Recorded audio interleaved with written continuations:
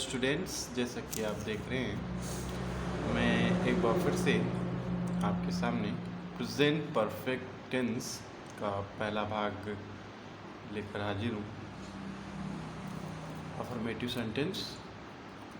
आइए देखते हैं इस टेंस की पहचान क्या होती है। तो सबसे पहले देख लेते हैं, जैसा कि यहाँ पर लिखा हुआ है कि इस टेंस के हिंदी वाक्यों के अंत में चुका है, चुकी है, चुके हैं, आ है, ई है, ए है आदि शब्द आते हैं।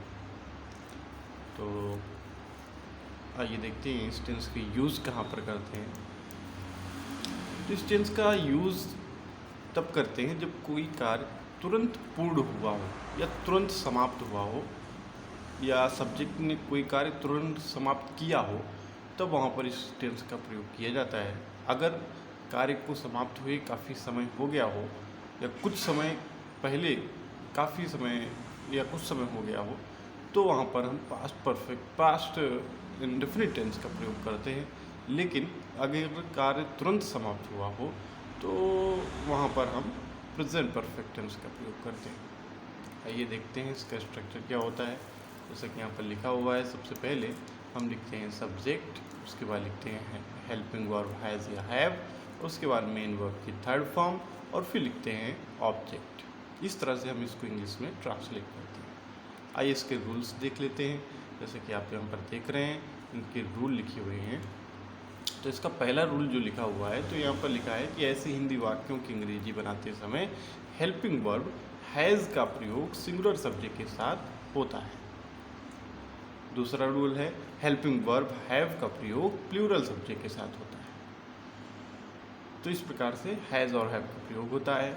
फिर देखिए तीसरा रूल लिखा हुआ है कि ऐसे हिंदी वाक्यों की अंग्रेजी बनाते समय मेन वर्ब की थर्ड फॉर्म का हम प्रयोग करते हैं। आइए आगे देखते हैं इसके कुछ एग्जाम्पल जो मैंने यहाँ पर लिखे हुए हैं। तो जैसे कि पहला एग्जाम्पल लिखा हुआ है कि राम खाना खा चुका है, तो हम सबसे पहले सब्जेक्ट लिखेंगे राम, उसके बाद हेल्पिंग वर्ब हैज़ का प्रयोग करेंगे क्योंकि राम सिंगुलर है, और उसके बाद मेन वर्ब इसकी है खाना, तो ईट खा चुका है। ईट होती है फर्स्ट फॉर्म, उसकी थर्ड फॉर्म होती है ईट, एट, ईटेन। ईटेन जो है उसकी थर्ड फॉर्म है, तो यहाँ पर ईटेन लिख देंगे, और उसके बाद इसका ऑब्जेक्ट लिख देंगे फूड। इस तरह से हमारा सेंटेंस हो जाएगा। अगला सेंटेंस जैसा कि लिखा हुआ है कि वह खाना बना चुकी है, तो इसको जब हम ट्रांसलेट करेंगे तो लिखेंगे सी, और उसके बाद हैज़ का यूज़ करेंगे, और उसके बाद मेन वर्ब है कुक्ड, बना चुका। खाना बनाने की इंग्लिश होती है कुक, और वो चाहे पकाना हो चाहे बनाना हो, दोनों की इंग्लिश एक ही होती है। तो कुक्ड, और उसके बाद मेन ऑब्जेक्ट लिखेंगे फूड। अगला सेंटेंस हमारा है वह गाना गा चुके, तो सबसे पहले हम लिखेंगे दे, और उसके बाद हेल्पिंग वर्ब यूज़ करेंगे हैव क्योंकि दे प्लूरल है, और उसके बाद मेन वर्ब की थर्ड फॉर्म संग, और क्योंकि सिंग सैंग संग होता है, तो सिंग फर्स्ट फॉर्म है, सैंग सेकेंड फॉर्म है, और संग जो है थर्ड फॉर्म है।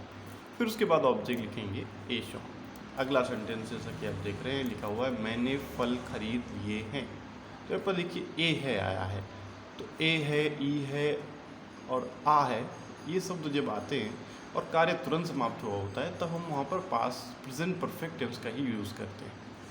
तो जैसे कि यहाँ पर लिखा हुआ है कि आई हैव बॉट फ्रूट्स, सबसे पहले सब्जेक्ट लिखेंगे आई, उसके बाद उसकी हेल्पिंग वर्ब हैव क्योंकि आई प्लूरल होता है, और फिर बाई की थर्ड फॉर्म बॉट, और उसके बाद मेन वर्ब के बाद लिखेंगे ऑब्जेक्ट। उसके बाद आइए देखते हैं अगला सेंटेंस लिखा हुआ है आपने मेरा कार्य पूर्ण कर लिया है, तो सबसे पहले लिखेंगे यू, और उसके बाद लिखेंगे हैव, और फिर पूर्ण करने की इंग्लिश होती है कंप्लीट, और थर्ड फॉर्म कंप्लीटेड, और फिर मेरा कार्य माई वर्क। अगला सेंटेंस लिखा हुआ है उसने मिठाई खा ली है, तो लिखेंगे ही हैज़, और ही साथ हैज़ का यूज़ करेंगे, और फिर ईट की थर्ड फॉर्म ईटेन, और क्या खाया है स्वीट, तो ही हैज़ ईटेन स्वीट। तो आइए देखते हैं इस प्रकार से हमारे सेंटेंस समाप्त होते हैं। और अब आइए देखते हैं इसके कुछ शिक्षा जो मैंने आपके लिए होमवर्क लिखा हुआ है। यहाँ पर होमवर्क आपको मैं दे रहा हूँ, और आप इन सेंटेंस को करिए और उनसे अपना ज्ञान अर्जित करिए, और हम देखते रहिए, मेरे चैनल को सब्सक्राइब करते रहिए, देखते रहिए, और साथ साथ कोरोना वायरस से बचाव करते रहिए। बहुत बहुत धन्यवाद आप लोगों का। Thank you so much.